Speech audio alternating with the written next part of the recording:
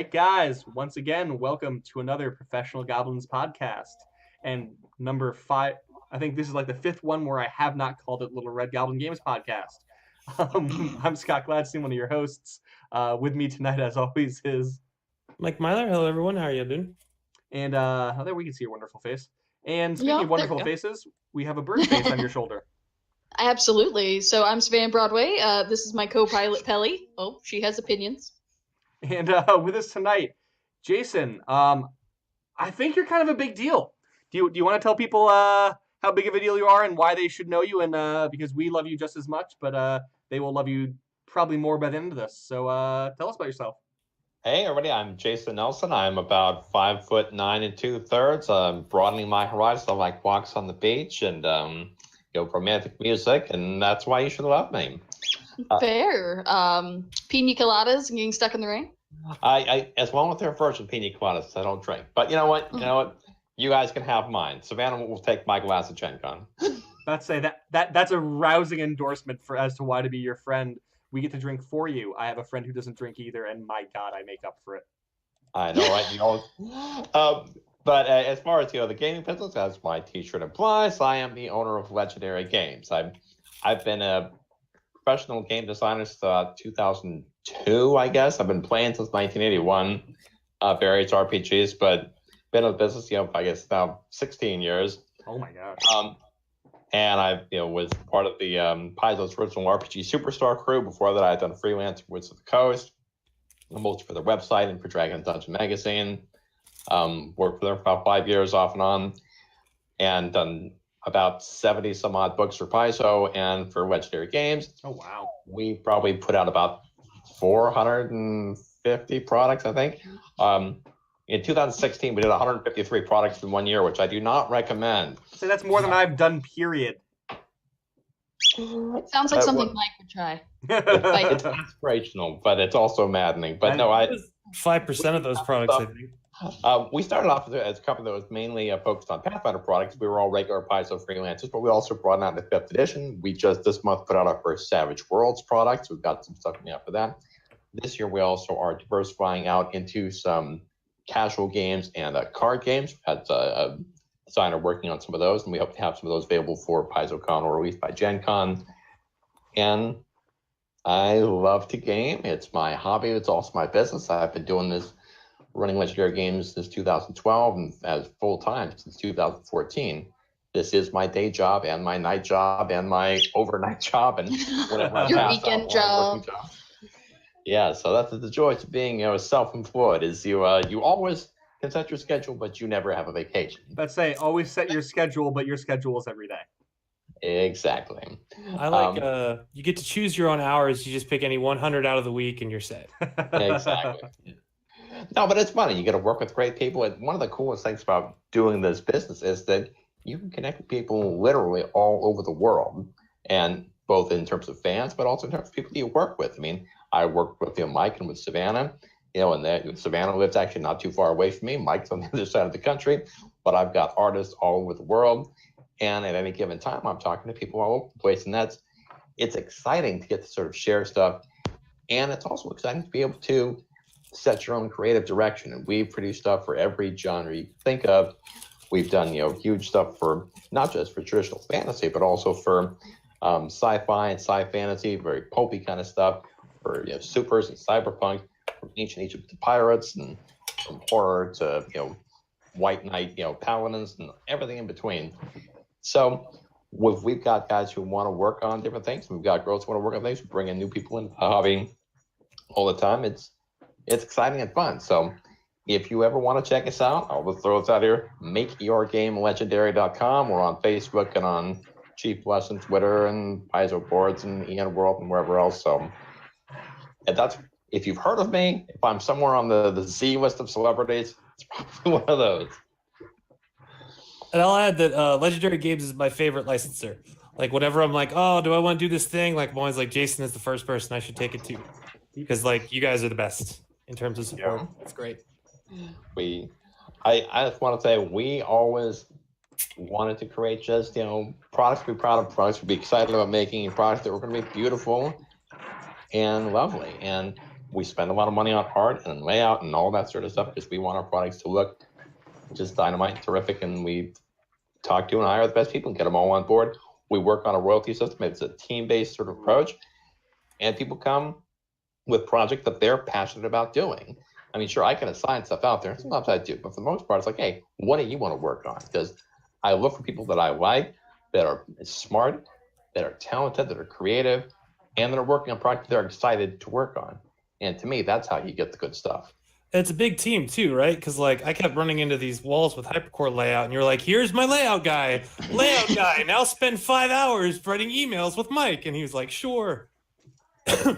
Most of the guys are very generous with their time, and I say guys in euphemism since that's what I grew up with. So to me, guy, by the way, is a unisex term, and some parts of the country that may mean specifically male. To me, guy just sort of means person. It's like if you're from California, dude, you know, same kind of thing. We should start saying it the Canadian way. Like, "Hey, guy." Hey, guy. All right. So, this is a discussion format show, and our first topic of discussion is normally reviews. Please give us something to review next week, and our friends will review it. Mm-hmm. I will do it. Yes, our friends who definitely aren't us. Definitely not us. No. Not related in any way, shape, or form.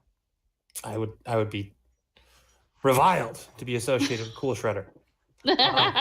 But he's so cool, Mike. I know, but he's still Shredder. Sorry, if I disappear for a second, my dog has decided that now is the time he needs to play with his rope. Okay. That's about right.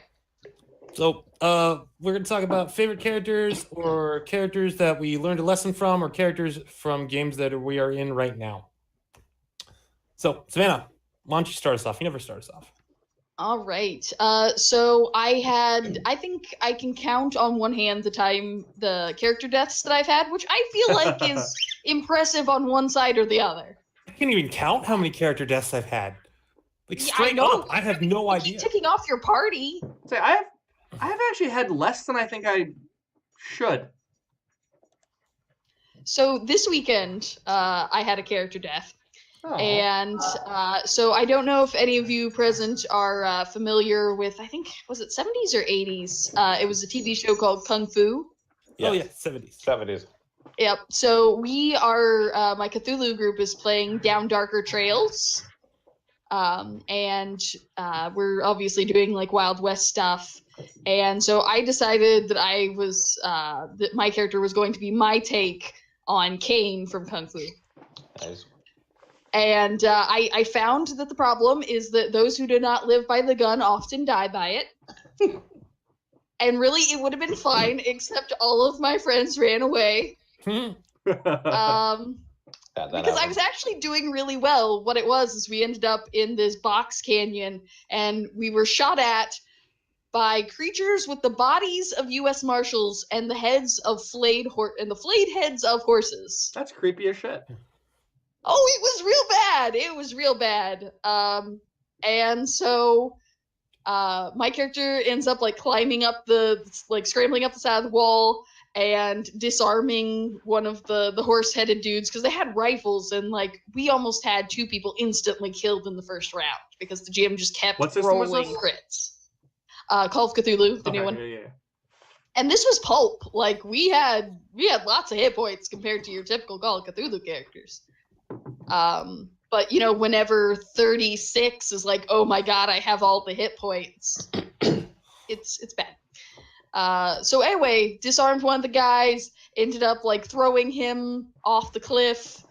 But in the process of throwing him off the cliff, lost a bunch of sanity and obtained a mania that all horses were secretly like evil demonic monsters. I mean, that stands to reason. Yeah, exactly. That had just fooled the world. And so whenever I threw the horse-headed man off, I threw him on top of my horse because my horse was evil now. Yeah, clearly. And about like, well, I'm up here like being a badass. All my buddies are just riding the fuck away. Which was, which would have been better, except they were being shot at. And when they left, I was being shot at. It ended very quickly after that. So my fondest hope is that since I killed my horse with plot damage by throwing the horse-headed man on top of it, that my character comes back as another horse-headed man and murders like half the party. That is my fondest wish. Using They horse have style definitely- kung fu. Yes. Well, I'm the horse Just- fans. Yep. So that's my story. So Well- I have one that's been on this list, like on our show list. Forever. Yeah, I've made a list at one point. I'm like, these are ones in case of emergency. So I once ran a Savage Worlds game called Echo of the Bat. Or the Echo of the Bat or something like that. And it was a one-shot where I basically said, all right, guys, in this reality, Batman has died after a year or two on the job. And you guys are all, this is like a year later. And This is like Slingers, but for Batman. kind of, yeah.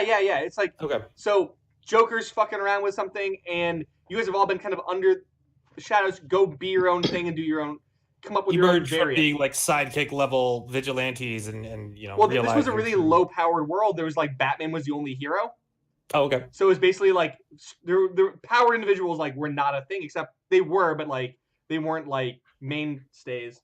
So I made up a few pre-mades, and they just kind of ran with like whatever the hell they wanted. We had a Batman who was a fae, who just decided to mess with everybody the entire time. We had demonic Batman, who was straight up a demon, who was just running around torturing people, and it was great. We had ex-naval electronics engineer, kind of Tony Stark Batman, and my favorite one was crazy Russian hobo Batman. That sounds like something Mike would run. And crazy Russian, there was, I found a bunch of artwork, which was what inspired them, and they From Red Sun. It's great. Yeah. no, it's not that one. There's a different one they have. Oh, there's a different one. Okay. Yes, but yes, and their job was to break into like a church. Or first they did stop them on a dock, and then the final confrontation was in a church. And I don't remember a lot of it because it was like 5 stars. I GM'd it. I just remember that demonic Batman ended up killing 2 players. Fae Batman ended up seducing Joker or something, and crazy hobo Batman blew them all up in the end anyway. And I was just kind of like, I can't really like, all right, story's over, guys. Good job. And the game ended after like 6 hours of like gaming, of like straight gaming, and it is like blew up half of the dock and like killed a bunch of the people. I'm like, Batman would be so proud, guys. Good job. Yeah. But to this Yeah. day, I always love the players from the game. They played in a lot of my games, but it was just a dumb, funny game. Like we knew going in this was not going to be a serious game, but they tried. My God, did they try? And they rolled with it. That's awesome. That's half the fun of it. Yeah. So what about you, Jason? Well, my favorite character is my first character ever. Yeah. Sean Ludendorff, a human paladin first edition, playing straight up D&D, and of course I rolled psionics my very first character, so he was a psionic paladin. Played him up for years when I was little, little at the 10 when I started playing, and then he just sort of sat on the shelf because I DM'd way more than I played. Mm-hmm. And as it happened, there was this little obscure rule buried somewhere in the first edition DM's guide which said, if you're not playing your character should age at the same rate that time is passing. And so many years later, I jumped into a 3rd edition game, and I said, you know what? I want to bring this character back. And so I brought him back as a rebuilt with the 3rd edition character, and now he's 50 some odd years old, and he's just this crusty veteran. I had to figure out what has he been doing for the last 18 years or so, or however long it had been. And so I had built this backstory. He had sort of loved and lost. He had become a minor noble in the world of Greyhawk. He had gotten sucked through some sort of a planar portal new campaign world. He was just this somewhat belligerent ex-military guy who had sort of seen it, done it, and was just really tired of everybody. And the campaign he went to was full of fae who were always jerking around all the time, which he just had absolutely no patience for. And he was just like continually face palming all the time at everybody. But it was sort of a fun character, an interesting counterpoint to the players played off it very well. because they had been playing for a while already. So I was new to that campaign and kind of joined it midstream. But part of that was the sheer nostalgia. I've been able to take my first character way back when to be able to play through, but also taking kind of a different archetype. There's if the old man Logan almost of the paladin world coming in to a high fantasy, high fae campaign. It's just like, what the hell is going on around here? But then, ironically, as his character evolved, he ended up getting a henchman who was a fae herself, who was like 1,800 years old. It's like, you're not the old man anymore. I'm the old one here in the relationship. And then them having some amusing byplay between me and the DM about how their relationship evolved from initially sidekick to love interest to how it will all go down. And so, and I actually even snuck him into a Pathfinder product in the original Pathfinder Chronicles campaign setting. He is actually one of the characters in the sample characters in the back of the book. Oh, I got to do that now. That's I have a few characters I have to do that with. We talked a few. Exists in Galarian. Excellent. Nice. We talked about a month or two ago. I played a crusty old adventurer, war cleric, so kind of the same thing, except his whole thing was he was way too nice to everybody, but kept having that story about that time that he did the thing. So it was like, I remember a story about the time I fought a dragon, but it wasn't over. And they just were sitting there like, the rest of the party was like, and I just kept getting guidance, so that was what it was. He kept telling stupid stories and giving them guidance. I like playing new characters for that reason. If it's every man, it's like, oh yeah, I remember seeing Deadpool do that one time. And then if it's old man, it's like, no, you're doing it the wrong way. Do it with your left foot first and turn hard. Like I was playing old man, and I had a ridiculous strength score, so I did the same. That's not how you do it. And I figured out how far I could jump in 5th edition. I was Mario, dude. It was crazy. Yeah, and I just watch him boing, this old man just like suddenly hop, and everyone's like, do you guys hear my dog whining? Well, today I'm not talking about one of my characters. I'm talking about one of my newer players for the Book of Exalted Darkness playtest. So this has been ongoing for a while, and people come and go, don't make the fucking time, or they have new classes or whatever. So this guy joined a little while ago, and he's like, okay, I want to play like a heresy paladin. I want to be like, an anti-paladin. I was like, okay, awesome. Like, let's write you in. So he's like, he was following the demigod Lelwyn Featherwall, the Azamar angel woman, and he turned from the order, and now he's all about like blaspheming them. And he's also got like a demon thing trapped inside him. And then in the adventure that opens everything up, you get this gift from a mad scientist, and you're like, you say, he's like, craft, gold, or graft. And you have to pick one. He doesn't explain it. He went for graft, which is like a free grafting feat, and he got like a demon eye put in his face. And so now, whenever he's like pitted with a decision, he rolls a D2, and if it's a 1, then the devil decides what he does, and if it's a 2, the demon decides what he does. And this dude's got it. I'm so happy I found him, because like he's got it. He's like, okay, well, I'm really regal, and I wear like deep black armor. And I've got this like sweet ass sword. My hair's always combed back. I'm like, perfect. And he's like, oh, you get the demon thing. What do you want the demon thing to be? He's like, you know what? Let me think about it for a second. And then a minute later, he's like, I want it to be an eye that weeps blood. And I was like, yes, we have found you. Oh, good. So, and he's been like the commanding voice of authority and like reason in the party, because they're murder hobos. Of course. Like, it's pretty interesting when the person with a weeping demon eye is the voice of reason, but please continue. Well, they just recently got like a socialite who is a person that is not a socialite, but I think he'll figure out how to deal with it. And then one of the players is Matt. He's basically playing the same character he played in Hypercore. But now he's like he's a he hasn't taken his janitor costume off. He's got his janitor uniform from the first game still on, just like covered in blood and holes and evil cripple beast. And then the other dude always fails his will saves whenever he's offered the chance to resist his inherent lust. And then the other guy's an ooze man. So yeah, they're just murder hobos.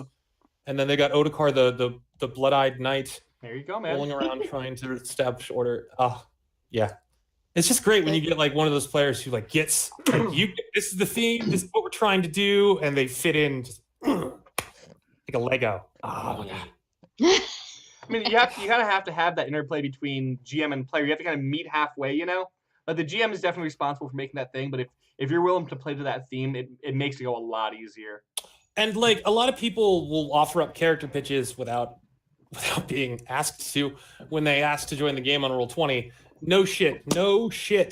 90% of these people are like, I want to play Drow. I want to play a Drow. I want to play a Drow. I want to play a half Drow. I want to play a Drow. I want to play a Drow that's not really a Drow, but looks like a Drow, and everyone treats them like a Drow. Like, oh my fucking god. Oh, so you're playing Drizzt.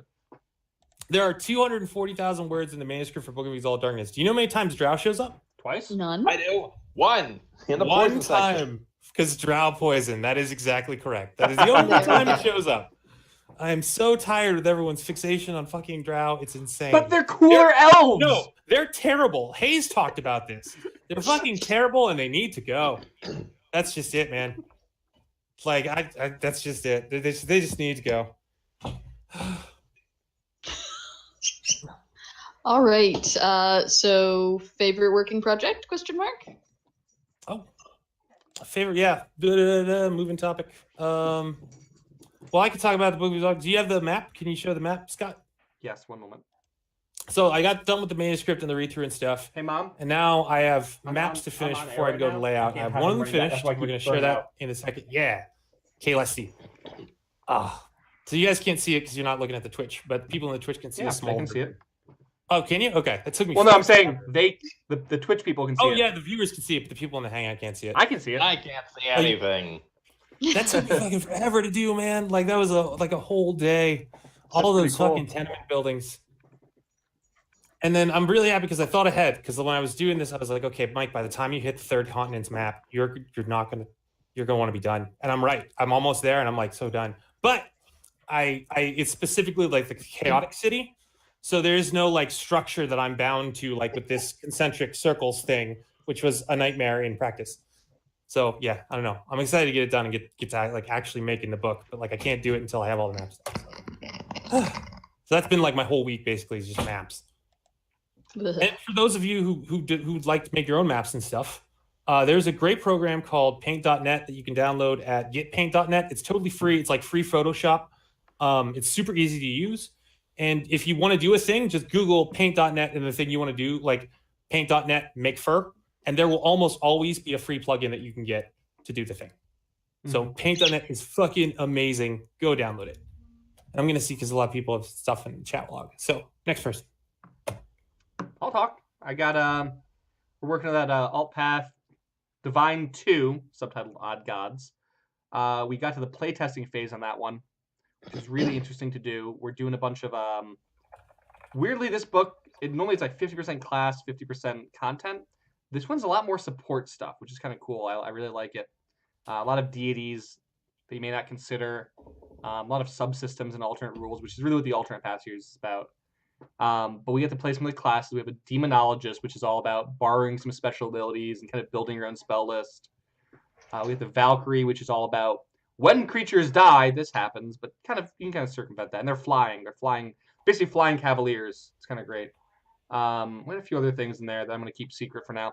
But we have to play test them, and watching some of the classes like play exactly as you'd expect it to. Oh, good, my playtester built it right, and it's great. And some of them just being like a hot garbage fire, and you're like, well, I guess we're rebuilding that. And but it wasn't a big deal. A lot of it was like, oh, that did not work how we intended at all. So I mean, if everyone could do everything perfect the first time, there wouldn't be a purpose in playtesting. But I'm happy that we did. It's kind of cool to see it. It's really cool to see like someone else who like isn't involved in the design just like pick up your thing and mess around with it. And you're like, and then when it works out great, it works out great. But yeah, it was pretty fun. I ran a map that I actually ran for a backer reward on Gonzo 2. It was inside a massive, even more massive than normal Tarrasque. So you actually kind of like fantastic. Was it Fantastic Voyage? Oh, yeah, well, yeah. Voyage is you basically go through its digestive tract and stuff, and it was really fun. Oh, the Hermit and the The hermit Were they in worker like an farm. apparatus of Qualish, or were they just like walking? They're just walking. Oh, okay. There's lots That's of not acid. nearly. You got to put them in like a submarine or something. No, it's massive enough that like you can Oh, walk through its shit. digestive That tract. would Is what be it is. dope if you got an apparatus of Qualish and then just suddenly transported you somewhere, and then you're like eating a Tourette. Oh man, I got a map for you, man. yeah, that'd Uh-oh. be cool. Let's say I got a map if you want it. It's a good starting Maybe. point. I mean, I could probably find a biological map of a lizard's intestines and then just use that. I was it's a good starting True. point. I'll let you have it. Yeah. But yeah, so I've ran that map a few times. It was really fun to just pull it out again. Lots of acid damage. But yeah, it's kind of fun. We get to see what we're doing. I can't talk about it, but I told Mike about it before. I got an IP that I can work on now. I'm very excited to close that last night, and really excited for the guy. And he kind of ended up being a kindred soul, kind of kindred spirit. So we're kind of that I have to percolate on and write up, and then hopefully it'll come out and be a good book. And then You maybe guys more gonna from that. become pen pals? What? You gonna become pen pals? No, I mean we talk on Facebook all the time, so it's gonna be good. It's like a modern it's like a modern pen pal. So yeah, I have my stylus pen. Sounds about right. Yeah, so that's what I'm working on. I get to do more playtesting this weekend. So Jason, what do you got? Well, yeah, it's funny that you talk about walking around inside of an impossibly huge thing. Because I was just this week designing the asteroid worm for our Nice. upcoming Alien Bestiary, which is monsters for Pathfinder, Starfinder, and 5e, which essentially is the giant space worm from The Empire Strikes Back. It's like, how do you deal with something that's not just colossal, but absurdly big, and dealing with actually being inside of it and not being crushed and washed in acid? You're inside of it, and it's like a freaking cave. You can actually get out and walk around. So working in that design space was fun. And I was kind of chuckling inside as you were describing, running a very similar kind of adventure. So it's the sort of thing that can jump out of its crater and, of course, grab passing starships if they're coming by too low. So I think that will be a fun addition to the Codex. But that's a lot of my time now. I don't have as much time to write as I used to because my publisher hat just keeps taking the writer hat out behind the barn and just kicking it to death. But I have been making myself do more writing. So I've got a couple of projects that have been on the back burner for like the last, 3, 4 years, 5 years. And I've been just muscling my way to getting them out the door. And one of them I finally did last year with Royal Tournaments. And then what I'm just about done with now at the high-level pirate adventure Fort Scurvy, where you're invading a live active pirate fortress. It's not just a dungeon with I thought you were five going to say a high-level live monsters in action it. like a LARP, like they're the pirate LARPers, and you're inviting that because I would definitely play that game. I think it's going to be a lot of fun. I think it's going to be very cool, and it's bringing a lot of cool new stuff. And we'll talk about this later on in our show here, but it's one of the final pieces of our Pirate Campaign Compendium Kickstarter we'll be launching this month. Cool. So we can talk more about that later on. But we're getting as much as we possibly can done before the project ever starts. And there will be stuff for people to be able to pledge in if they want to add bonus tier or whatever. But all the stuff that we get done is getting done. Art, layout, writing, boom, get it in the can so we can actually turn things around. So those have been kind of my two main things. We've also been kind of churning out a lot of stuff, like you said, for classes. We've been just done stuff for brawlers and gunslingers and fighters. And next week, the interesting new shifter class for Pathfinder. We've got a new class coming out for that. And getting that massaged and out throwing the last piece of art in. It'll be nice. I'll be interested to see how people respond to it. It's a very new class, not like one that's been out for ages and ages, but the response was certainly loud when it came out, and we were already sort of thinking of what we want to do with it. And we did a public play test for that, and Jolly worked on that one with Siobhan Bjorknes and came up with some very cool stuff. And so some of me writing is me writing, some of it is me just juggling 400 other things from other people at the same time. And so that's my kind of works in progress at the moment. That reminds me, I got to show you some of the shirts. I figured out a way to make amazing all print shirts. And I know that you have full rights to a lot of the artwork over there. Yes. Yeah.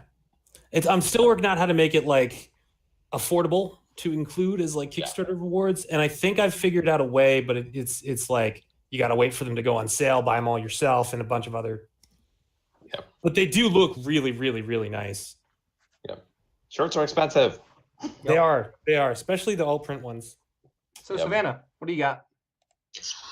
So I have come to the conclusion in the course of doing Seven Seraph stuff that experts make some of the best NPCs, and no one can tell me different. Yeah. Because my current favorite is a woman who works with the Icegrave Enclave, who are essentially the people who care for the dead in the city via forming them into corpse icebergs. And she specifically, basically, secretary is like too small of a word, but she's essentially a ghost, a half-elf ghost expert, level 10, who monitors who gets to go and use Speak with Dead on the corpses and how long they get to stay there. And by golly, she may not have player character levels, but you will respect her authority while you are on her iceberg, because she is the stern librarian of this outfit. Cool. So Mike, what's the next section here? Favorite new projects that are not ours that we cannot profit from. Okay. I cannot profit from the Pathways bestiary, but I can promise that it is a great value if you play Pathfinder. Mm-hmm. And that came out this week. It's got all the monsters from the very, very, very many issues of Pathways. I think they're on issue 70 or 71 now or something like that. 3. I think most of us have contributed to Pathways at one point. Contributed to Pathways at some point, yeah. It's a great magazine, and I'm sure that this is amazing. I don't know. I've been thinking more about like my long-term gaming, and I'm pretty sure I'm going to step away from 5e and just support Pathfinder from here on out. But when that happens, I'll probably pick this up. Yeah, because I'm like I have stuff in here actually. Now that I think about it, so you can't profit from it. Not really. Oh me. There. Oh, I'm sure they couldn't fit everybody in. Say it. I have weapons in some of their books. I don't think I have it in that one though. Let's see. I'm trying to remember exactly what it was. I think I gave them an adventure. It had stuff, but I don't think I can't recall. It wasn't like specifically like here's a beast. Here's a monster. No, I definitely didn't do a specific monster thing. No, it would have been part of an adventure. So, anyway, check out the Pathways bestiary. Yeah. It's like $17.50 for the PDF or $35. How many monsters are in there? Do you know? 60 templates. Jesus. And how many monsters? Yeah, that's a shitload of templates. Many. Doesn't say, but it's 228 pages, so I'm gonna go with probably at least 150 monsters. 150 or more to see. Be a bestiary master is my destiny. Oh, it just seems like a bad plan to try and have 150 monsters. Like the Pokeballs are integral to the feasibility of Pokemon. Oh, very much so. They're kind of one of the they're up there on the list of conceits, but there are a few more than that. But I don't think I've made 150 monsters yet. I don't know. I know I've made way more than that NPCs. I don't know about monsters though. Yeah, I haven't done a lot. Depends of on your definition of monsters. Yeah. Monstrous people. So I'm pulling up today the Incarnate. It's from Rogue Genius. All right. I got the preview of it. But go look at the artwork. Oh my God. We've talked about this before. How sometimes we're just like, I'm buying that surely on the value of the artwork. And that's one of the ones I just kind of love. The artwork on the cover is very like 80s, I was gonna say I like that. That's very nostalgic. Very 80s anime, and it's Starfinder, and I'm a big character class guy, and I run that list, and thus far, with the exception of the conversion stuff, I think most of the base classes are from us. I want to see more. Come on, God damn it! Is his hand in leather pants while he's doing this? Oh with my the God! other I don't know hand? if it's actually somehow. Yes, I'm not it sure is, but where it's in his a pocket. hand actually is, because there's no way it fit in those pants. That's what I'm thinking. Because he's like this, and he's like. Maybe it's like behind his back. No, it's definitely in the front pocket there. It's in the pocket. That's what I'm saying. Because and that's the but it must be like an extra dimensional pocket, because that's not how leather pants work. Yeah, Incarnate has some kind of dimensional pocket class ability. I think let's say, is that what they call like it these a bag days? of holding. It's just your pocket. A pocket of holding? Otherwise, it is nice artwork. Someone needs to stat that. Scott, get on that. Pockets of holding. I It's had like that it should already. be on the I wrote sci-fi. Gonzo 2, remember? We We have fair. everything of holding. We have Hammer Space as a class feature in one of them. Nice. We threw the I Sparkling approve. Princess. Sparkle Princess was a strung out Disney princess from a nightmarish Candyland. It was great. Oh, good. We Alright. actually had him draw like I got Deanna to draw a Disney princess. Okay, good. Now take her and make her seem like she's been surviving in the wilderness of like Sleeping Beauty, but like they're actually devils after her. And she's like, oh, okay. And she got really excited and made a really fun piece of artwork. Good. What's alphabet soup? Whoop. So this is one of the tiny but mighty, I would say. So what it is a living lexicon that updates. It goes. I think it was sort of trying to attempt the same thing that Mike McCarthy's project was. It's sort of an encyclopedia of terms and that sort of thing. But the interesting part is that in the latest update, it provides 100 mundane magic items. Ooh. And the concept of that is just very charming to me. Is this like it's sort forks of to like- clean themselves and stuff? Yeah. And so it's ideas like that. It's that even like mundane items that like aren't necessarily like powerful or magical, but they've been described very interestingly. So you just know your players are going to like snatch onto them and decide that they're part of the plot. And then you can just make them part. Kind of like that random NPC you toss in there, and they're like, oh yes, he's now the most important character. Jeremiah Jorts, everybody. We had a kobold. I forget his name. Oh no, we also had we had a what are they called? They're mute Sahagin. We had a Sahagin mutant with 6 arms named Keth, who we rescued because everyone kept lathering him with oil because that was how they were giving him potions, and he got really creeped out, and we're like, come on over here and we won't lather you with potions. And he's like, you've killed like half my crew. The captain's a jerk. How much you offering? We're like, I don't know, like 50 GP. And he went with us. Sold. He went with us from like level like 6 up to like level, I think we're like 18 by the end of it. And Kath was still, we got him like magical arms, and it was great. It was great. Oh, good. Awesome. So go ahead. I have to confess that I am so deeply up to my eyeballs in juggling all the balls that I have that I only sort of kind of keep track on what everybody else is doing. I was intrigued to see that an announcement come out for the new Pathfinder Adventure Path set in Taldor, Crownsfall, I think is the person by Thurston Hellman, and I'm curious to see what they do if they can really pull off a heavy social interaction campaign that won't just devolve into yet more slugfest in combat. So I probably won't play it. I'm running other stuff, but I'm interested design wise to see how heavily they are able to build out an adventure path around the sort of the social intrigues and how big of a part that really plays. Because that obviously is sort of what's on offer with an AP set in there, Decadent Empire of Talcor, but to really see how far they push it, or if that just ends up being the window dressing. So that's always been one of those golden geese out there to really create a social adventure saga that's not just a social event, Do you think like the Demon Scar Ball in the Age of Worms, that sort of thing, but really to have that as an ongoing, regular, built-in part of the campaign that continues to grow and build as you go on. We worked some of that into our Legendary Planet saga with parties and heists and things like that. But I'm intrigued to see how much intrigue they really put into it. Do you think they're gonna draw much from Ultimate Intrigue? I would assume they're going to draw a lot from it, but it remains to be seen. I haven't seen any of the do you think they're gonna sit there and use the social combat rules that are like? I think this hit the development queue after Ultimate Intrigue's errata was done.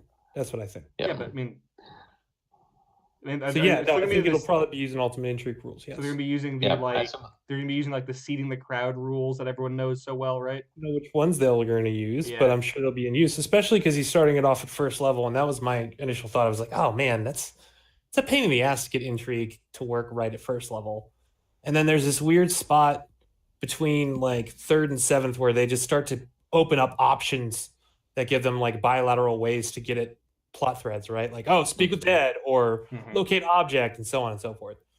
And like, yeah, I don't know. It's tricky to do. It is genuinely tricky to do intrigue well. And I'm surprised they started off at first level. I just would have kicked it off right at third. Yeah, that's kind of part of the model. So like I said, I'm interested to sort of see just how it plays out, and I'll pull it up when I get on my downloads and just take a look and see what they end up doing with it. Very cool. Very cool. That comes out February 18th, folks. Okay. And it's a good segue because now we're going to talk about Pathfinder, Starfinder news and speculation. Oh man. Well, first of all, there are 4 different job openings at Paizo right now. They want a desktop support technician, which they've been looking for a while. Customer service, which is always up. An editor still. So Savannah, why aren't you applying again? maybe the person that applied isn't They working applied out. and they told me no, so they can just deal with whoever they get. That's why I'm wondering why it's up there. Like I'm thinking like maybe that hire fell through or something. So, but I don't Maybe, know. I don't know. They'd pull it if I don't know. Yeah. And then It's weird. But yeah, it does seem like an awful lot of hiring kind of across the industry. and the new one is an organized play a game developers they're looking for, which I'm no interest in doing myself, but I'm sure a lot of people will enjoy. I don't really like Pathfinder Society as a concept myself, but I mean, it's part of their business model. It's just not my favorite part of their business model. Yeah. The other cool part is that one of our compatriots has been hired as the developer at Paizo, and I think we're allowed to talk about it because it's on the page. So Luis Loza is their new developer, and I'm super stoked because I saw Luis early on, and I was like, that motherfucker's going places, and picked him up on our team. So if you like Luis, check out what he did. He did Urethiel in Varanthia Codex, and then he did Latin America in Hypercore. What else did he do in Hypercore? Did he do something else? Something weird? Did he do the city, or was that other Mike? No, other Mike did Lucrum. Lucrum. He did part of the novel too, didn't he? Yeah. Oh, the part of the novel he wrote made me literally makes me cry every time I try to read it. Chapter 7. Anyway, yeah, he's really good, and we're super happy he's going. He was like, I don't want to do stuff anymore, and I was like, oh, you don't mean that. So I think I'll be able to convince him to like still work on Paizo related stuff in the future, but probably no more 5e for him. Which is too bad because like he worked out the Dark Transformation Prestige class for Book of All Darkness, which is the most complicated individual thing in the book. So like, I don't want to do this, Luis. Here you go, and he nailed it. Excellent. Yeah. Hey, good job, Luis. Yeah, dude. We're all super excited for you, man. Hope things are going Cheers good with this in, empty glass. Seattle. Her Highness needs to be taken back to her throne. I shall return. Oh well. All right, let's say the Are we gonna Pathfinder speculate card game now? stuff because that's her. 'Cause I don't really do the card game. Yeah. So tell us about Starfinder Hero Lab. Oh, Hero Lab. Oh. Yeah, I know. Well, so they're putting out Starfinder Hero Lab. It just got out of beta, I think. But the weird thing that I just learned before we came in the air is they're doing an online Hero Lab. Like go type in a URL and pull it up there. But it's going to be a subscription service. Yep. In addition to the content you already have to buy. No. For a second there, I was like, oh my god. Wait. Did somebody put their thinking cap on? Wait, Mike. It kind of fixes itself a little, not a lot. It fixes itself by saying when you buy for a game, it gives you some time. Sometime? It doesn't. They haven't talked about how much, but it's like if you buy the Like Pathfinder if you buy set, something, it gives you a month or I something. think it's like 6 months or a month or whatever it's going to be. But it gives you full access to the entire rules base. They're not going to like, oh, you need to get this extra premium subscription to have access to Ultimate Fuck All. I have like no it's- idea. Let's say it just got announced, so Okay. Well, I hope that they do a sensible, right thing and don't do that. I think they're going to stick with what they have, which is like if you want you have to buy each book add-on individually plus the subscription service. And if that's going to happen, I am going to throw up. We'll see. Because I bought a few things for Hero Lab just to build things quickly. And I've made my money back on it but yeah, that's about it. I don't know. Jason likes Hero Lab, and I shouldn't talk down. I actually have never. I don't have a problem with Hero Lab. I don't use it myself. I'm still enough of a grog that I do a lot of my stuff by hand, or just in my head. But my frustration with Hero Lab is just more in the realm of the process of getting things done for Hero Lab, and that it has been far more difficult than you would expect to get reliable folks to do the work and turn it over in a reasonable amount of time. I have got some people who've been good, and others who have been less optimal. And then sometimes we've gotten stuff and it's done and it's in, and it just sort of sits in the queue. So over at Lone Wolf, and I never really quite know exactly when it's going to go through, and I don't know much of the internal workings of their business or anything about the system architecture. My feeling observing is that it seems like the popularity of it outgrew the basic architecture of the system, and that they were not able to keep up with the demand, and it was sort of like, say, a pyramid resting on its point. And so all the pressure, all the weight of everything they added on was still on top of that one point, and it was creating it feels to me as an outsider looking at it that there's a system bottleneck that I'm sure they've been working to correct, but without tearing the whole thing down and building it all up again from scratch, I'm not sure how they would fix that. So I can't offer any technical solutions. I can say as a would-be vendor, that sort of choke point has, it's tough because people say you run a Kickstarter, they say, hey, you're going to offer Hero Lab, and the best answer you can say is, I don't know. I can find someone to do it. They'll get it done eventually, and then at some point after that, hopefully it'll get up on the system. But if you're saying, well, you have Hero Lab in 3 months? No. We have it in 6 months? I doubt it. We have it in 1d10 months. 1d10 plus 3. And 44. So God bless them. The thing is popular. It's taken off and great. And I know they have hired some new people over the last year to try and move things out, but there's still challenges there. Yeah, let's say we've never seriously considered it because of all that stuff we've heard. We're just like, well, the only real use I make out of it is if I need to make an NPC quickly, or I needed to have a basis quickly. I'm like, all right, 10 minutes done. All right, here's my thing. Now I have a starting point. But most of the time, even for most characters I put in the book, I will just straight up do. I did an NPC codex at one point that I wanted to fill the gaps. People are like, hey, I need a fighter at 1st, 5th, and 9th level. Do you have those? Yep, here you go.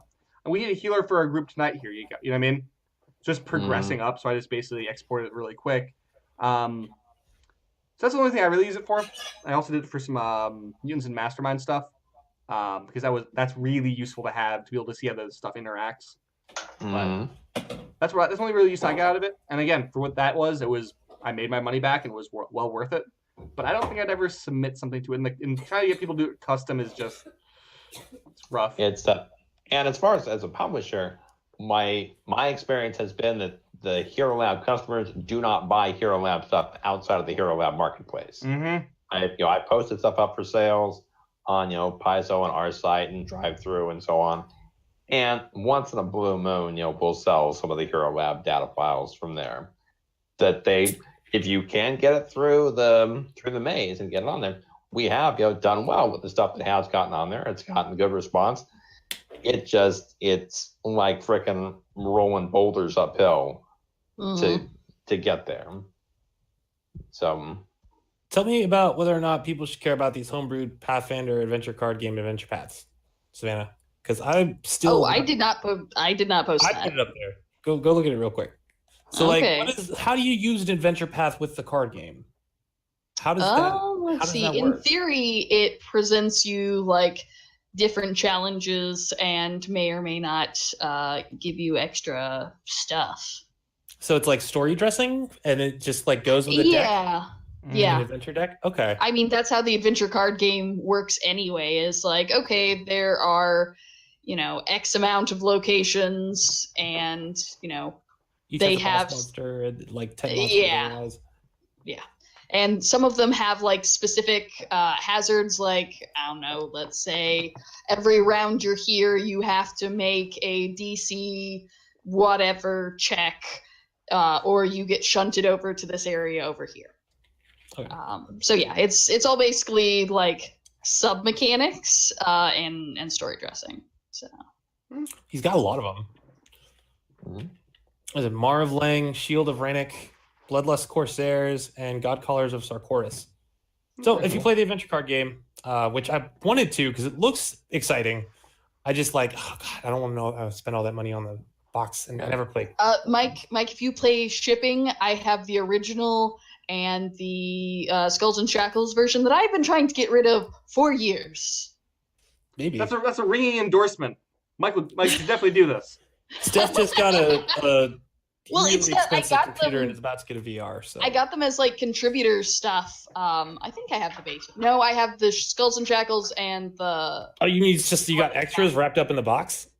Yeah, basically, like I was working at the warehouse whenever a lot of the stuff came out. Like I have a whole bunch of character decks, and like no one around here has any desire to play it with me, so I've left them in the plastic.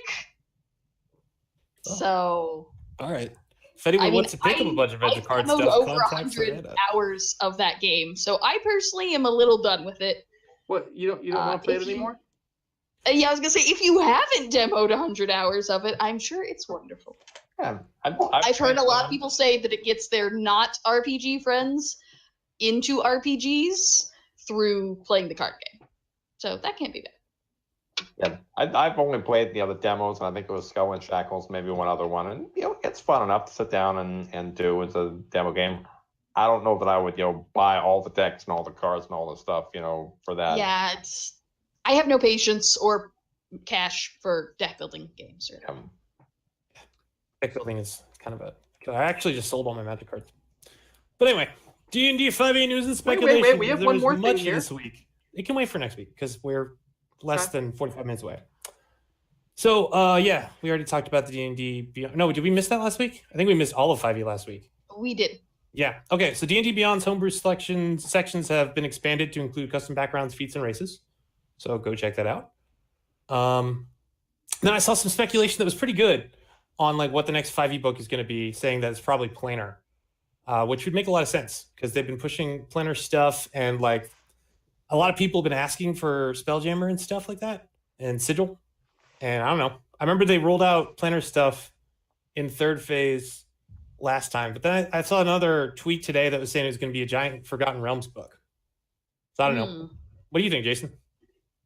I haven't got the slightest idea. I don't really keep up with what the 5e crew is doing, other than listening to your airing of grievances about the DM's Guild.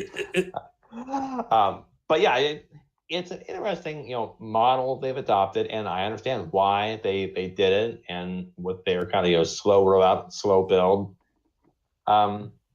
There's a lot of design space out there, and a lot of people who are hungry for the realms. People seem to like Tomb of Annihilation. For the most part, there were some complaints about it, and some of them with ample good reason. I never read it, so I can't personally comment on on how it all played out, but they seem to be sating the masses' desire, but people always want more, which is a great thing for third-party publishers. I mean, there's plenty of design space out there. But 5e customers also are a little weird, just in terms of, in my experience, they seem much more interested, for the most part, in traditional fantasy rather than more, I would say, experimental kinds of campaigns. Interestingly, a couple years ago, we did our Trail of the Apprentice, the legendary beginning adventures, kind of kids and always as family adventures, and those actually sell much better on the D&D side than on the Pathfinder side. You can play them with the beginner box or the regular Pathfinder rules. You can play them with the D&D rules. I've run a couple of D&D summer camps at a game store here in Seattle, and kids come out there and they're fans of it. That particular game store is much more D&D than Pathfinder, so that's what I've run at those ones there. And certainly it's an easier system to get as a new player, and especially as a kid. But those have sold fairly well on in certain locations. They sell well on Amazon. They don't sell worth a darn in most other places. So the 5e market is tricky. There are some things they like which sell really, really well, and there are some things that it's tumbleweeds and crickets. So I remember during the next playtest that they released some old adventure converted to 5e that had like Githyanki and the Gith and Githzerai, and it was one of the classic ones where you visit like the Dead God City and stuff. So like they definitely have tested the waters with how interested people are in that kind of thing. And this is a good segue because like I think that now their focus is just turning on like straight up branding, right? And they and this would follow with all the GMs Guild stuff that happened last week or this week, or I don't know, I guess it was Monday or something. So recently. Yeah, recently. In a nutshell, it says somewhere it says a couple things in their guidelines and stuff. It actually refutes itself, but they are asserting that you're not to use any logos but the DMs Guild logo on products at DMs Guild. Well, like this? Exactly like that, because that's branding, and they only want to brand D&D on the DMs Guild. And so a lot of people are like realizing like, oh fuck, I'm not supposed to publish stuff here if I want to own it. Yeah, it's always been like that. Yeah, I know. I've been singing that for years, and yeah, now everyone's realizing it, and it's something very okay. And then the other thing that personal happened to me. So, if you look up Mike Myler DMs Guild on Google, it shows my shit on DMs Guild, and my stuff's not on DMs Guild. And I told them 10 months ago, I was like, hey, this is showing up on DMs Guild, like it shouldn't. And are you sure that like we're not getting that weird royalties hit? Because if you publish on DMs Guild with a number of other things wrong with it, they take 50% of the take instead of 35. And the margins are already really small. She's like, oh no, don't worry about royalties. We know about this thing. And so then they're talking about the branding thing. And I'm like, hey, are you guys ever going to, address this database error? And the guy's like, what are you talking about? I was like, my stuff's not DMs Guild. Why does it show up on DMs Guild? He's like, oh, that's not an error. That's a feature. I was like, what? What? Because like, I never actually had somebody do that to me.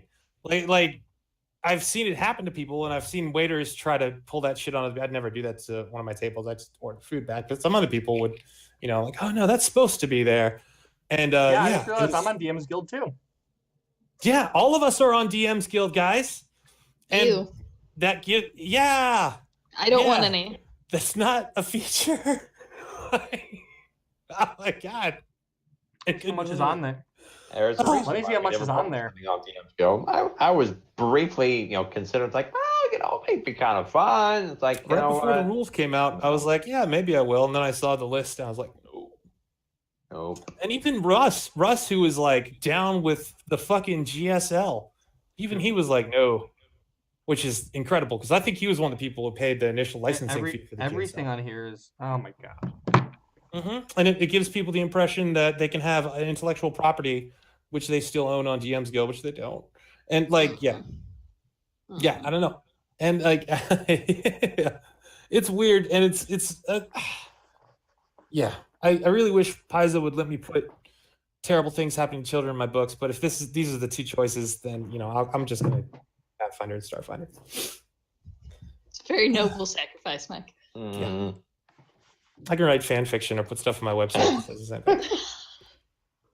You have no idea the number of aliases I've used to be oh my god, I could check just this say, out. And for more information, reference this page on my website, and then I can do terrible things to kids. Because that won't have anything to do with the logo. That is maybe true. I do not know. I feel that's true enough that they won't want to bother coming after me with it because they know I'm a pain in the ass. I'm out, man. That's why I have shields like Jason. All right. Oh, that's what it is. I'm sure Jason appreciates that. Not your shield. Other RPG news. We mentioned it last week, but it is worth mentioning. There's still an open call over at Eclipse Phase, I think. I think it's still open. So if you're a game designer watching this, and you probably are if you're watching this, you have till February 1st. Check it out. Today. Oh, that's today. Oh, that's today. Never mind. Oh, fuck me. No. I feel bad now. There was another hire recently, too, over at Ulysses Spiel. They hired a new director of business development. They're the people who do Torg. And this summer, Warhammer 40k Wrath and Glory, which I'm very stoked about. Speaking of other 40k stuff, that's a good segue, Mike. Yeah, do it. So, squats are back, kind of. Asterisk. Please clarify what squats are. Squats in early editions were space dwarves, but they were kind of like space biker dwarves, and they were really awesome and very, very silly. They're the only people who like really understood technology. Yeah, like you guys are insane. There are no magic souls in this motorcycle. It just needs a new gasket. Like, so they basically at one point said the Tyranids ate their planet. None exist. And then they were like, well, actually, a few more over here exist. And they were kind of relegated to the very, very fringes of the lore. and they just did this really kind of goofy, low budget video where they're like, it's time to bring them back, and they're showing up in one of the board games as an option for a character, I guess, in Necromunda. There we go. So that's the asterisk. It's not like, guys, go play squats again. Go play Space Dwarves, which is kind of weird because they have the Demiurge for the Tau, which is one of their related races, who are what they said are the Space Dwarf equivalent, which never really took off. So I guess they're like, I guess it's time to do that. But the video's pretty funny because they're like, someone asked about squats again. We have to reset the clock. And then you see all the clocks that are there, and it's like Plastic Sisters of Battle, Plastic Thunderhawks, Plastic, and it's just like, God, you guys are so self-aware right now of what you're doing. Yeah, there's a controversy over squats because like it's always like the fan base cries out, "Give us squats," and they make squats and they don't sell very well, so they stop making squats. Give us squats. Okay, and they give it to them again, and they don't sell very well. They So give us squats squats. are like the McRib of Yes. Yeah, minis? Yeah. They're like the McRib of Warhammer 40K minis. Yeah. There we go. Now we know. All right. Oh, I found a thing on Reddit that's pretty cool. Somebody's trying to include augmented reality with Dungeons and Dragons. So, like, you take your phone and you put it over the map, and it would show you a 3D image of your character fighting with, like, a 3D image of a goblin, for instance, if that's what you're doing in the game at the time, which I thought was cool. I mean, it's a good time to do it in terms of, like, they wouldn't have to make all the fucking assets themselves, right? Like, you can go and buy a dragon 3D creature model that's fully movable and stuff for like $10 as like you would stock art. Yeah, and like Right. Turbo Squid or something. Yeah, so like I mean they'd still have to get some custom things made, and I gave them some advice. It's like, oh, go after Hero Forge, you know, like you're not going to want to make everything for people to make their own like characters. Just somebody else has already done it. Just pay them. And I don't know. I think it'd be really cool because like Pokemon Go's cool. If my phone wasn't a piece of shit, I'd play it. Actually, wait, I got a new phone. I might be able to play Pokemon Go now. Here, so And, Ingress and Pokemon Go are really fun for the first like 2 weeks, and then you're like, I gotta drive all over the fucking state and do this. I mean, it's more like an incentive for me to jog than anything else. So- See, I'm just the old man yelling at clouds because they have too many new Pokemon in it now. Well, the thing is, It was nostalgic when they only had the first generation, and then they came out with the second gen stuff, and I'm like, I'm a little suspicious, and then I just bailed. so when you have like, it's cool with the local stuff where you're like, all right, so I'm gonna go to the local Pokestop and go ahead and do this and get this. Or with Ingress, I'm gonna hack this place, and it's cool. But then you realize that you have no if something gets fucked up in that area, you're kind of like, well, nothing I can do right now. Like if someone plants something from an opposite team on like makes the gym like way better, and you're like, well, I can do absolutely nothing now. Thanks, guys. So it Yeah. works, but it's better when you can drive around to different places, and then you realize you spent 45 minutes driving around going like this. Yeah, Steph made me drive her around a lot when Yeah. it came out. Yeah. We used to do Ingress lunch breaks, which was crazy. For the first 2 weeks when it came out, though, it was this beautiful period. Oh yeah, we met people in the park like, hey guys, it was fun. I hear in Japan it's still like massive. I can see it. Yeah. All right. Do you want to save this for next week, or should we move on to other media The interests? Secret Hitler thing is just a quick thing. Okay. It's literally, so if you guys don't know what Secret Hitler is, it's basically like a witch hunt, but with fascists and stuff like that. Kind of, sort of. And it was Kickstartered, and some dude who just did not play any board games was like, dude, I was at this board game night, and we played this game called Secret Hitler. I'm like, I've heard of this game. In fact, I didn't back it, but I'm like, I think I plugged it at one point, and they're like, really? I'm like, come child, join me on the board game side. Nice. Oh no. You're making a monster, Scott. What have you done? All right. Other media interest. There's a new Mario movie on the way now. Yeah, they talked about it a little bit a few months back, I think, in the middle of the summer. But yeah, the update, Mike, that's pretty cool.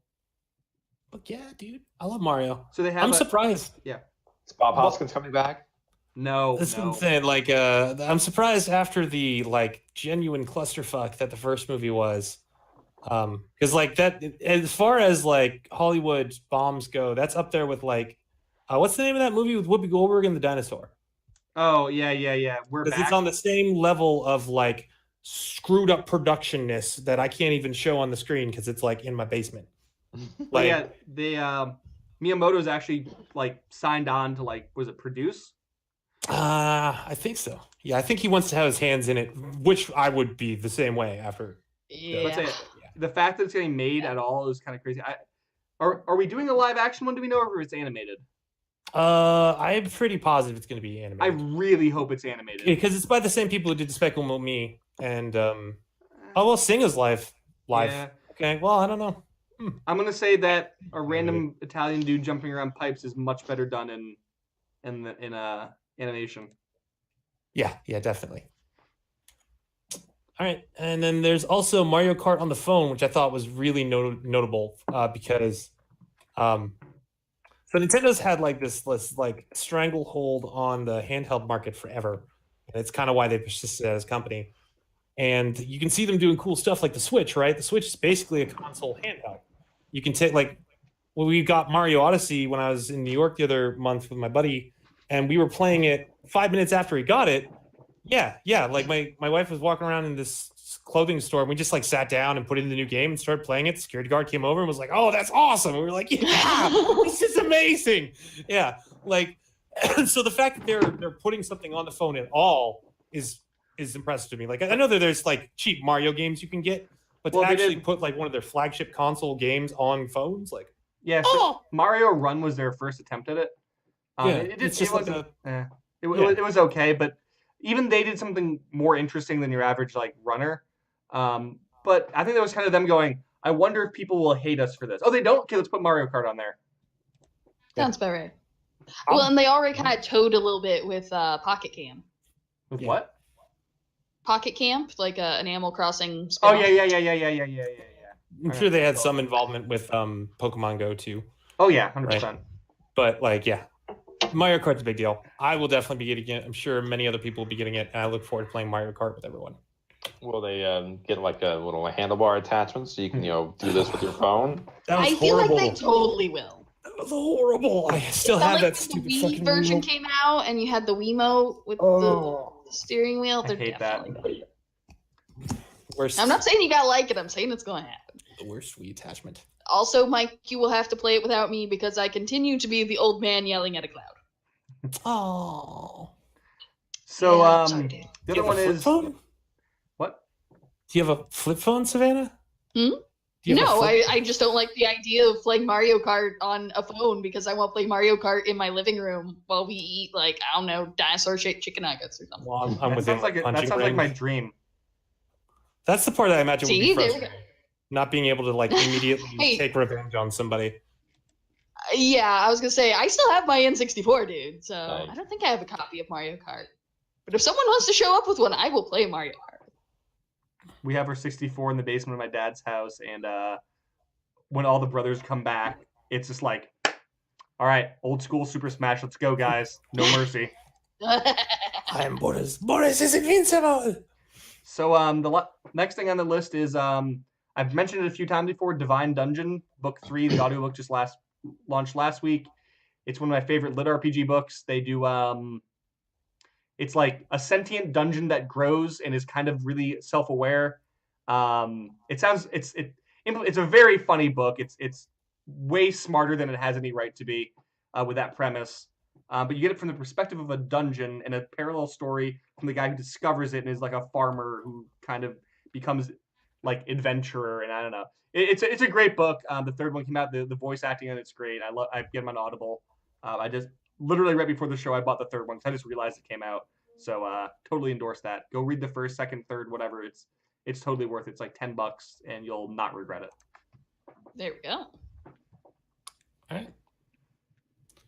Current Kickstarters. The season has begun, everyone. Yup. I have to get my shit in there. Oh, wait. Triplanetary is first. Oh, Triplanetary. So if you guys don't know, back in the 70s, there was the Triplanetary game. Now, this is Steve Jackson game, so hey, it's a revitalization of an old 70s game. But something I want to point out with my obsession with the public domain is Triplanetary is the name of a book that's in the public domain because of some copyright lapses. You guys, if you guys are old school pulp sci-fi fans like I am, it's the Lensman series, the first book in it. The Lensman series is not in the public domain, but Triplanetary, the first book, is. If you guys don't know, Lensman is basically not quite Green Lantern, but it's like the basis for Green Lantern. Like they have a thing called the Lens of Civilization, which does different things to people of a certain genetic line who are like the Ubermensch. And it's kind of interesting. Before. What? Owen's talked about Lensman before. Yeah, and so the book is based on Triplanetary, which I don't think features the Lensman other than like a brief mention. I don't remember.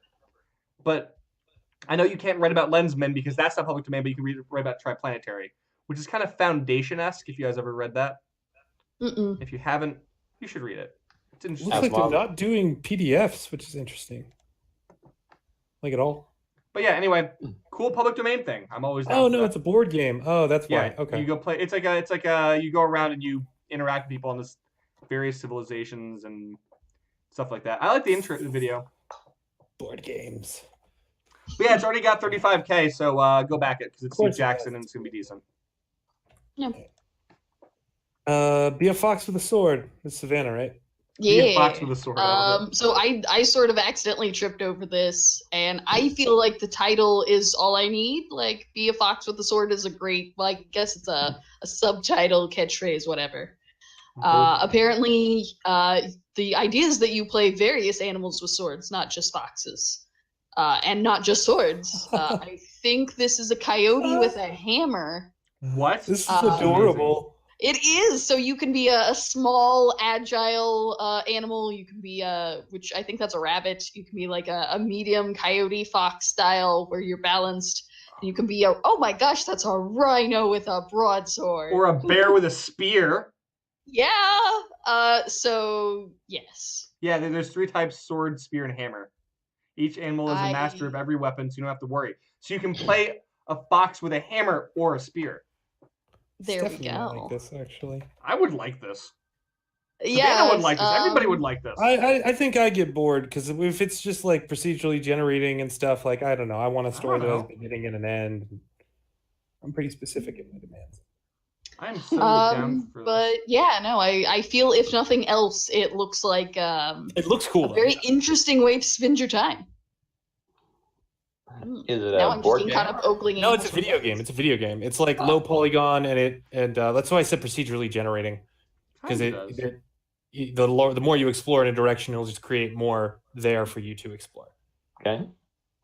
And I'm sure they have some sort of like random quest mapper for it too. Like Yeah. I'm sure it's not just like here's a random cave where like there's an old man with a sword. I'm sure the old man with the sword is tied into some dude on the other side of the planet that you have to go visit. Wait, no, it wouldn't be an old dude with a sword. It'd be an old fox with a sword. Oh yes. Mm. Or a bear with a sword. Or a jackrabbit with a sword. Apparently, it's best if you like join a pack with your friends. I'm totally down for this. I'll play. But you Savannah, can play solo. Savannah, are we starting a pack What? and we doing this? Yeah, we are. All right. $15 is the minimum to get a copy of the game on Steam. It has like 19 days to go. So, Oh, it's gonna fund. It's already almost there. Oh yeah, no, it's. I'm not worried about it. So, And with are you in on this fox with the sword action? Let's say I I will. think I'm just gonna try to get my wife to play it, and then maybe I'll join you. Let's say I think that with our stellar endorsement here, it will definitely succeed. All the 10 people who will watch this tonight. Clearly, we are the linchpin in this. Yep, and we're still waiting for that promotion deal, man. That's true. That's true.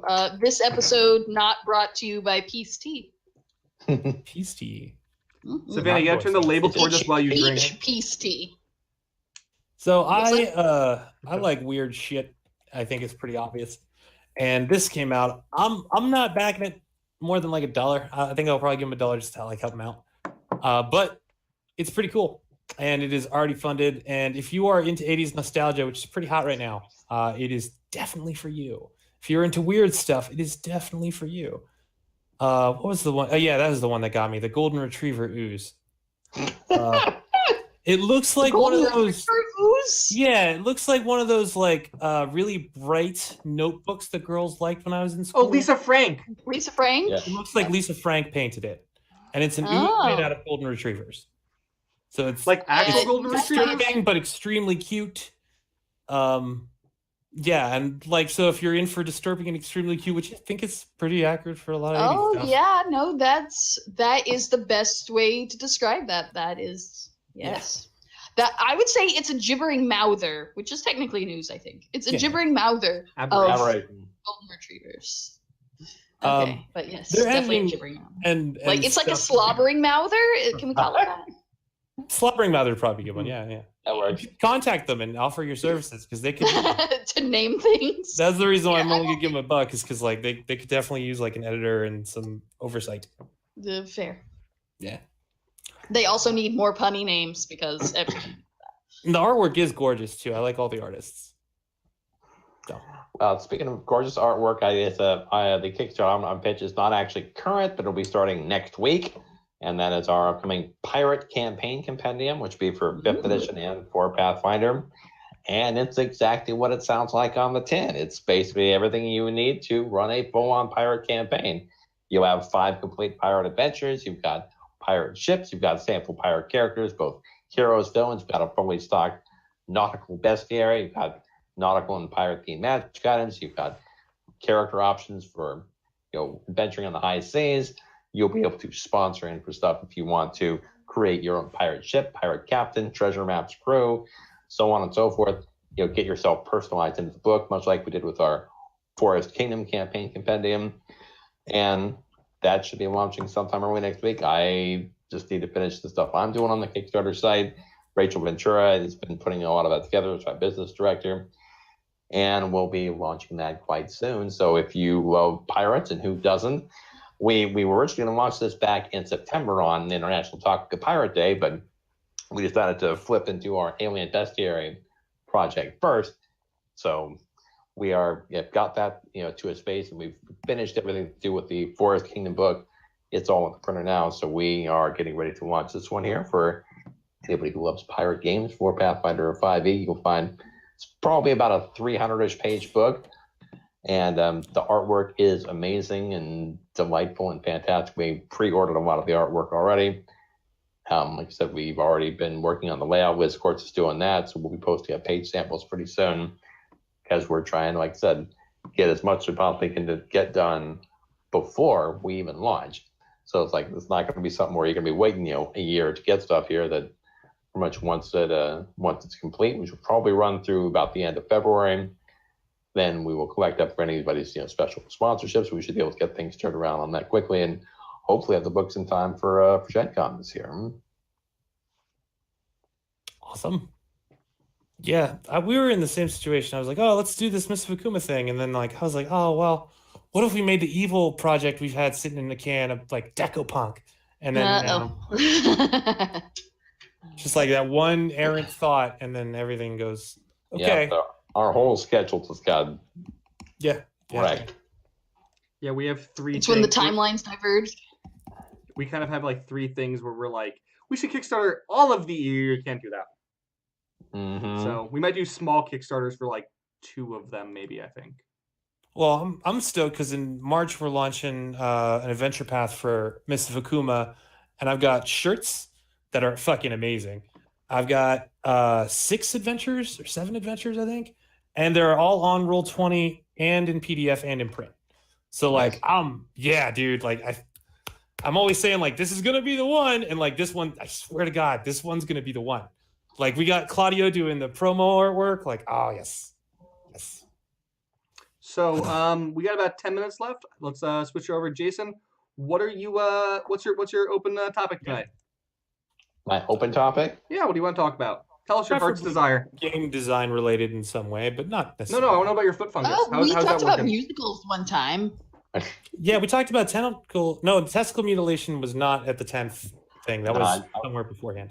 I'll pass on that's testicle fair. mutilation. It was geopolitics and testicle mutilation. Yes, because it was about Casino Royale, and that Right. is basically the summation of Casino Royale. Testicle torture, great. Yeah. Well, I mean, also if you add copious amounts of gambling, but I mean that's kind of geopolitics, right? Yeah, it's very Yeah. geopolitics. So, Jason, what do you got for us tonight? How about college football? All right, I know more about Blood Bowl than I do college football. So, The Venn diagram for gamer fans and sports fans. It does exist, but it's not a huge overlap. Yes, it's There's a global. lot more overlap in Seattle than anywhere else I've been. But I love football in general, but college football is an interesting thing because you compare it to something like the NFL. We've got professional athletes who are making hundreds of thousands at least, if not millions or tens of millions of dollars.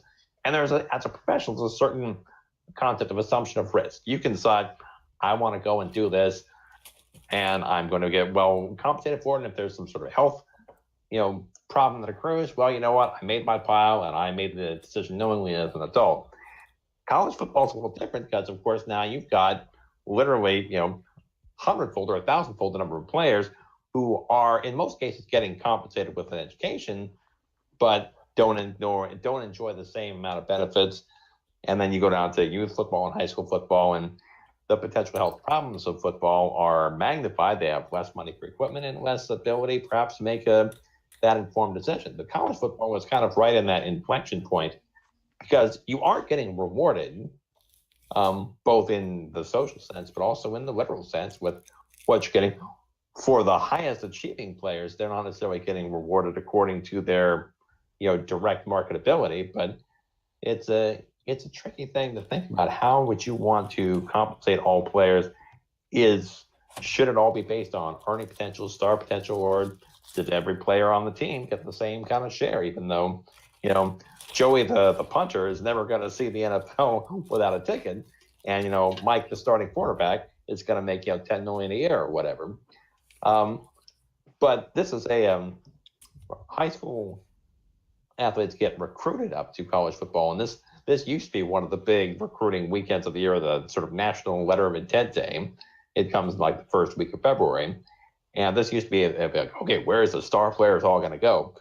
But this year is going to be in a little bit of an anticlimax because they invented an early signing period. Most top players are already signed. So if you're a college football fan out there, what do you think about the early signing period? Now, of course, none of you guys are college football fans, so you don't care. But it is intriguing to me just to see the economics of the situation and how it affects different teams differently if you let them decide earlier versus later, and how you watch it play out, and what that recruitment and salesmanship process is like on players, whether they commit and stay committed, whether they flip at the last minute. What's the economic right of a player while they're still a free agent, if you will, to decide where they want to go and what they want to do and what's the best choice? I kind of have like an oppressive thing to add. So as human beings, our ability to think in long terms, when I say long term, I mean decades and stuff, doesn't actually finish developing until you're about 26. Yep. So like recruitment into the military, college loans, and stuff like playing college football, where you can very easily injure yourself permanently for life, aren't decisions I feel like should be made lightly, or like I don't know. There should be some kind of protection in that decision, is what I come down to, right? Because like if it was the adage of you go from having to raise your hand to go to the bathroom to taking out $80,000 loans every year. Yeah. It's killing people, or dying trying to kill people, like or dying trying to get student loans. So, but like college real. athletes getting paid is Too something I real. definitely dig into a little bit. South Park did a really great episode. Did you see it with the college basketball players? I did not. Carmen dresses up like fucking Colonel Sanders. Oh, it's great, dude. Oh, so tell me how can I buy some of your college athletes? Because they put these dudes on the covers of games. Like, how can you be on the cover of a game, walk into the store, look at it, and like, I can't imagine like you get nothing for that. Like you are, that's not like that guy looks like you. That's you. He's wearing your jersey number. Like that wouldn't be there if you didn't play basketball or football or whatever. And that's definitely fucking whack, right? That's use of likeness. Like my brother, my oldest brother, his name is Jeff Nelson, and there used to be a professional baseball player named Jeff Nelson. So one year I went and got him a T-shirt. I thought that'd be kind of funny. Got him a T-shirt, like a Seattle Mariners T-shirt, and with that, put Jeff Nelson on the back of it and put the number on there. And the person did go ahead and make it for me. But I was talking to somebody that said, yeah, it probably was illegal for them to make you this Jeff Nelson non-officially licensed things. Like my brother's name is Jeff Nelson. Yeah. You know, but just because of the way that things work up, it had a specific meaning in that specific context. Then So one of the the way weird the deals things is, go. I grew up in Connecticut, and we sold all of our professional teams. The Whalers were our last professional teams. Yep. And don't say that the Patriots are because they're New England, but they're actually Massachusetts. We Yep. tried to buy them at one point, but it didn't work out so good. So the only real sport we had was college basketball. So Yep. growing up, we watched the Huskies, the UConn Huskies, and the state poured all the goddamn money into the the UConn Huskies. And because of that, we got Calhoun and a bunch of really amazing athletes because the incentives were just like, instead of paying like for a huge stadium, we're gonna put it into the college program, state stuff for the college program. And one year we had a team that won both the men's and the women's college basketball on the same night, defeating their biggest rivals, like Connecticut. Tiny little nothing Connecticut never felt so damn powerful, and then it was all gone. Oh. It was our moment in the sun. Like, we have done nothing significant since like the Civil War, or not Civil War, the Revolutionary War, and then we're like, we have one night, yes, and we're done. Plus, they're not called the Hurricanes.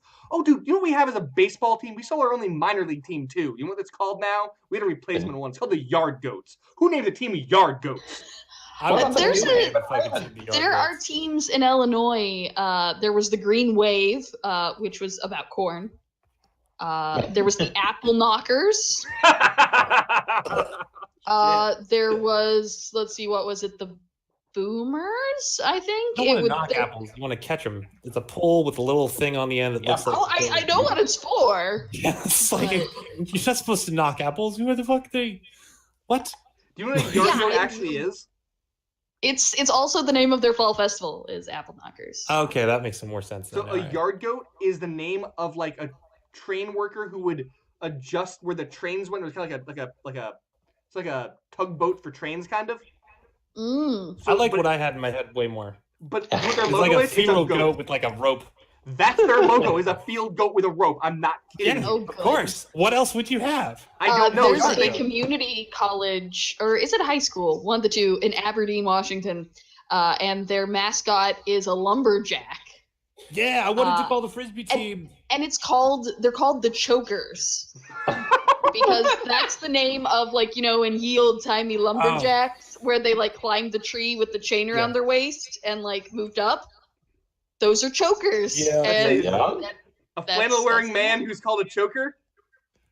I want to call us the Wild Lumberjacks. The Wild Lumberjacks. We had our previous minor league baseball team was cool. It was called the Rock Cats, New Britain Rock Cats. They had like a music theme. It was cool, and then they sold them. And now we have the Yard Goats. Didn't you have the New Haven Ravens? Yard Goats. Yeah, but no one paid attention to them. Oh, okay. It was the Rock Cats. The Rock Cats were the important one. That did a bunch of college baseball, and like he ended up changing colleges in the middle, and he went to St. Bonaventure, and he like smashed their home run record. And then I think they gave him a scholarship after that. And they used one to incentivize him, and they gave him a better one.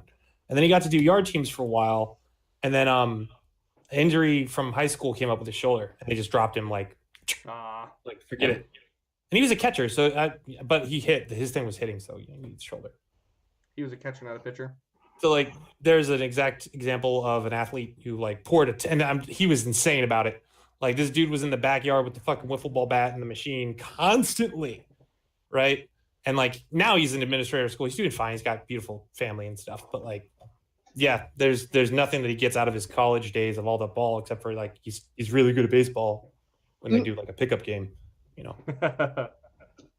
That's kind of bullshit. Right, because like he didn't risk too much being a catcher. Like anybody beams him, he's got the helmet on, he's fine. Anybody beamed him on the bat, like good Lord help them. So yeah, like he's got these leg arm things still. It's terrifying.